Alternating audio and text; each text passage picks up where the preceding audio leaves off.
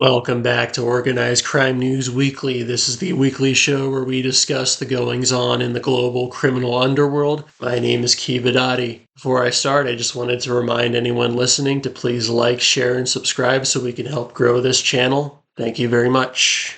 Alright, so getting right into it, our first story comes from Mexico, where some pretty disturbing discoveries were made at the Izaguirre Ranch outside the city of Teucatlan in Jalisco, Mexico.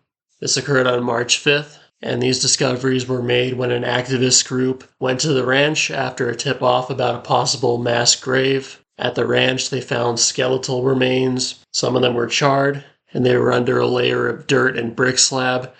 They also found well over 400 pairs of shoes, clothing, suitcases, and even children's toys. They also found 3 crematorium ovens along with burned bodies. Also found were bullet casings and magazines. And the ranch is believed to have been used by the Cartel de Jalisco Nueva Generación, the Jalisco New Generation Cartel, also known as the CJNG, one of, if not the most powerful cartels in Mexico, and they are definitely considered the most violent.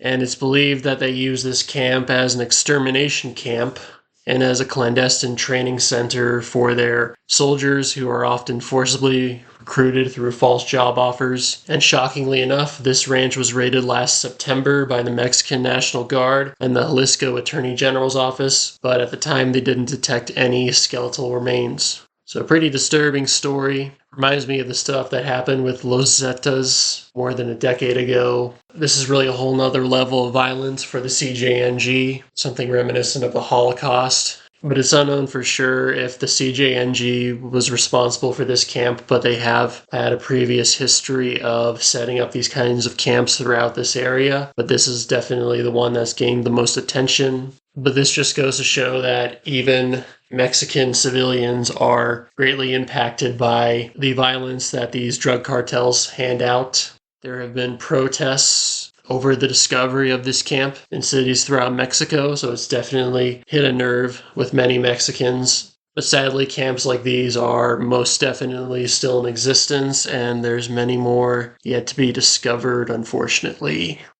Our next story concerns French mob boss Jean-Pierre Maldera, who was murdered on a motorway near the city of Grenoble in France following a high-speed car chase. He was 71 years old. He was shot in the elbow with a Kalashnikov. He then stopped his car and attempted to run away, but was hit by the attacking vehicle, which made a U-turn and rammed into him, sending him flying into the opposite lane of the highway. So a pretty dramatic death for him. And the car colliding with him is what ended up killing him rather than the bullets from the Kalashnikovs. The car used by the shooters was later found on fire in Grenoble. And a little bit of a backstory on Maldera. He ran the Grenoble underworld along with his brother Robert, who was nicknamed Madman. The height of their power was during the 80s and 90s. Jean-Pierre obtained 8 criminal convictions between 1978 and 1999. He was sentenced to 15 years in prison in 1985 for criminal imprisonment for armed robbery. Both Jean-Pierre and Robert were convicted of racketeering and aggravated pimping in 2004. And Robert ended up disappearing in 2015, and his body to this day has never been discovered. 3 individuals were charged and acquitted of killing him back in 2017. And Jean-Pierre has lived a quiet life for the last 20 years, ever since he got out of prison. This comes shortly after the murder of former Marseille Godfather Andre Surmolace, who was murdered just last month, and he was of a similar age range as Maldera. To me, it seems like there's some sort of a purge of the old guard of French mobsters, such as Surmolace and Maldera, as the French underworld is overtaken by street gangs, much of them made up of men of North African ethnicity, such as the DZ Mafia and the Yoda Gang. There's no evidence of this, but to me it feels like this could be that playing out as the gangs try to assert themselves and eliminate the old guard of mobsters who helped sway 30, 40 years ago. But the reasons for Maldera's murder remain unknown. Our next story comes from India. It concerns Indian gangster Aman Sahu. who was shot dead by anti-terrorist cops while being transported from Raipur jail to the city of Ranchi to make a court appearance. He was killed when accomplices of his tried to free him en route to the courthouse, and this all occurred in a deserted jungle stretch. The accomplices hurled bombs at the prison van transporting Sahu. During the escape, Sahu was able to snatch a rifle from one of the guards and wound him with his own weapon before he himself was struck down by the other guards and was killed. A little bit of Sahu's background: he led his own gang and was alleged to have been responsible for more than 100 cases of murder, kidnapping, and extortion, amongst other crimes. Extortion was the main source of revenue for his gang, and he targeted coal mining companies, traders, and businessmen in the transport sector particularly. 3 days before his death, members of his gang took responsibility on social media for the murder of coal trader Vipin Mishra in Ranchi. He was also suspected of orchestrating the murder of the National Thermal Power Corporation, which is one of the top producers of power for the country of India. He was accused of having their deputy general manager, Kumar Gaurav, murdered on March 8th, one day after the murder of Mishra. On the day of his death, Sahu was to be questioned in court about his alleged roles in these murders, but obviously he never got to make any testimony as he was killed beforehand. And Sahu was first arrested in 2019, but managed to escape custody a few months after that. He was then recaptured in July of 2022. And from then until his death this past week, he continued to operate his gang from behind bars with smuggled phones. And he even posted images of himself on social media, posing with guns while he was incarcerated. And Sahu is alleged to have ties to Lawrence Bishnoi, who right now is arguably the most influential and powerful gangster in India. He controls a vast empire of extortion and drug dealing that stretches all the way from India to the United States and Canada, as well as places such as Malaysia and even in Dubai. And he controls this vast empire from a prison cell. Bishnoi is also a Hindu nationalist who is thought to have ties to Indian intelligence, who he cooperates with in order to eliminate targets whom the Indian government perceives as terrorists. There was a murder in Canada last year of a Sikh dissident, and his murder is tied to Bishnoi, who did it on behalf of Indian intelligence and the Indian government. But Sahu's death was just another death of a prominent gangster in India. His gang continues to operate, as he already had strong leadership on the outside prior to his death. Our next story concerns Eden Tito Gassanen, who it is now being reported was arrested last month in where else but Dubai. Gassanen is considered one of the most powerful drug lords in the world, which is why some have taken to nicknaming him the European Escobar. He'd previously been arrested in Dubai back in November of 2022, but was released a few months later when a bid by the Netherlands to extradite him failed. He was sentenced in absentia to 7 years by a Netherlands court in November 2023 for cocaine trafficking. And Gassanen's background is that he was born in Bosnia, but he immigrated to the Netherlands with his family to escape the Bosnian War in the 1990s. He's said to have become heavily involved in trafficking cocaine from Peru to Europe around 2006. He operated out of the port of Callao before also expanding into Colombia and the port of Buenaventura. And Gassanen is said to have become very proficient at arranging logistics for cocaine trafficking. While in Peru and Colombia, he became proficient in smuggling cocaine onto fishing vessels and then loading them onto cargo ships. But Gassanen moved to Dubai in 2014, and shortly thereafter he went on to form the Tito and Dino Cartel, which is based out of Bosnia and Herzegovina. And around 2017, Gassanen formed what is called the European Super Cartel, which was formed by some of the most powerful criminal organizations throughout Europe, and they are said to control 1/3 of the cocaine trafficking from South America to Europe. The other members of this super cartel included Daniel Kinahan of the Irish Kinahan Cartel, Ridwan Taji of the Dutch Moroccan Mafia, also known as the Macro Mafia, and Raffaele Imperiali of the Italian Camorra. And there's a few others, but these are the most prominent ones. And the criminal activities of Gossanen eventually led to him being sanctioned by the U.S. Treasury Department in March of 2023. Gossanen is said to have established close ties with powerful figures in the political and business world of his home country of Bosnia and Herzegovina. In 2016, he visited the country and was escorted by police officers acting as his bodyguards throughout the visit. And during the visit, he made a substantial contribution in the form of bulletproof vests to various police municipalities.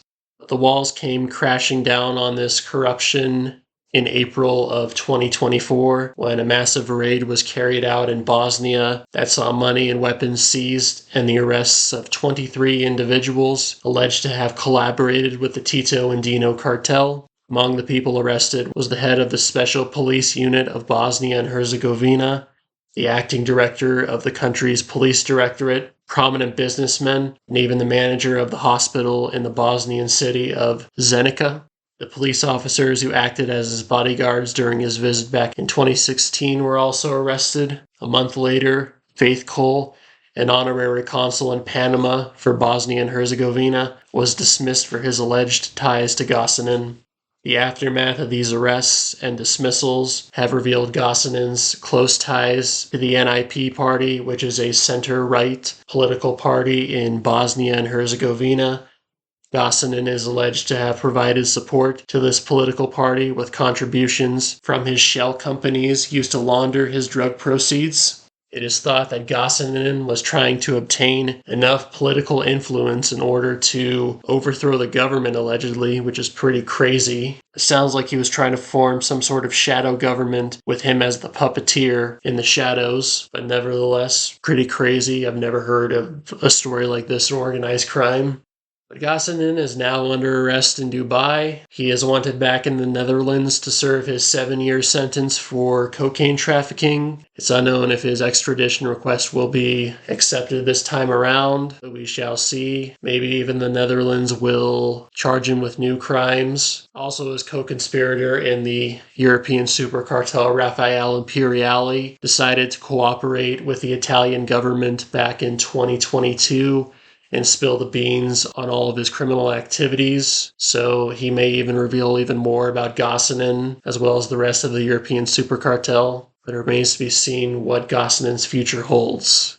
Alright, our next story is a pretty outrageous one. It concerns the trial of Polad Omarov and Rafat Amarov, which started this week. They are on trial in the Southern District of New York for the attempted murder of Iranian-American journalist and dissident Masih Alinejad, as well as money laundering charges. And this murder is alleged to have been ordered by the Iranian government, and the plot was carried out by the Islamic Revolutionary Guard Corps of Iran, which is a paramilitary organization that acts on Iran's behalf throughout the world in covert operations. They are declared a terrorist organization by the United States. Alinejad is an outspoken critic against the regime. She advocates for women's rights in Iran, amongst other things. The reward for her murder by the Iranian government is reported to be around $500,000, and is said to still stand. Background on the conspirators behind this plot: Omarov and Amarov are both from Azerbaijan in the Caucasus region of Asia, and they are members of the Thieves-in-Law. The Thieves-in-Law is a loose association of organized crime figures across the former Soviet Union and Central Asia. They're most prominent in Russia, but they also have members in Armenia, Georgia, Azerbaijan, Uzbekistan, Kyrgyzstan. And this association was formed in Stalin's gulags in the Soviet Union amongst prisoners who came together and formed this close-knit group of prisoners who defied authority and rejected authority in every manner and devoted their lives to criminality rather than submitting to the Russian state. Back in Azerbaijan, Omarov was the right-hand man of Namik Salifov, brother of powerful Azerbaijani thief-in-law Nadir Salifov. Nadir was murdered back in 2020. After his murder, Omarov orchestrated the murders of the perpetrators of Salifov's assassination, including of Haydar Aliyev, who was gunned down in Moscow in April of 2021. Omarov was in charge of the organization's interests in Iran, and he was the one who was contacted, it said, by the Iranians to carry out the murder of Alinjad. Omarov hired a man named Khalid Mediev to carry out the assassination. Mediev is an Azerbaijani gangster who resided in Yonkers, New York. He had been sent to New York by his gang from Azerbaijan to establish a beachhead in America. Mediev traveled to Alinjad's house in Brooklyn several times in July 2022 to carry out surveillance. He was even caught on the front door camera looking inside the windows of the home and attempting to open the front door, which is pretty stupid and amateurish to me. On the last day of his surveillance, before he could even carry out the murder, he was noticed by Alinjad, who fled the area and informed the FBI. As he was driving away from the house, Mediev was pulled over by the police for a traffic violation. The police searched his car and found an AK-47, along with 66 rounds of ammunition and a ski mask. So he was caught dead to rights, basically. Omarov was arrested in the Czech Republic in January of 2023, and he was extradited to New York in February of 2024, where he was then charged for the plot. Omarov was extradited to America a year earlier. Omarov and Omarov pleaded not guilty, but since the trial began last week, Mediev has confessed to his part in the conspiracy. He has pleaded guilty to attempted murder and illegal possession of a firearm and faces at least 15 years in prison. And Mediev's mother so far has testified in the trial. And she's said that Omarov called her home after Mediev was arrested and blamed her son for the failure of the plot and that he had put all of them in trouble. Also included in the evidence in the trial are incriminating text messages between Mediev, Omarov, and Omarov during the week of the surveillance on Alinjad. But to me, this story is fascinating because it concerns a government, in this case the Iranian regime, contracting criminals and organized crime figures to carry out assassinations on dissidents. The Iranian government is well known for hiring criminals to carry out their dirty work. Currently, they are accused of hiring gangs in Europe, particularly in Sweden, to carry out bombings and arsons against Israeli embassies amidst the war between Israel and Hamas. A very interesting story, and the trial is expected to last 2 weeks, so I will keep you updated on the results. But to me, it looks pretty clear that the men indicted took part in this conspiracy, so I don't expect a good outcome for them. Alright, that's going to do it for this week's edition of Organized Crime News Weekly. Thank you so much for tuning in. I will be back next week with more exciting stories considering the global criminal underworld. Thank you so much for tuning in.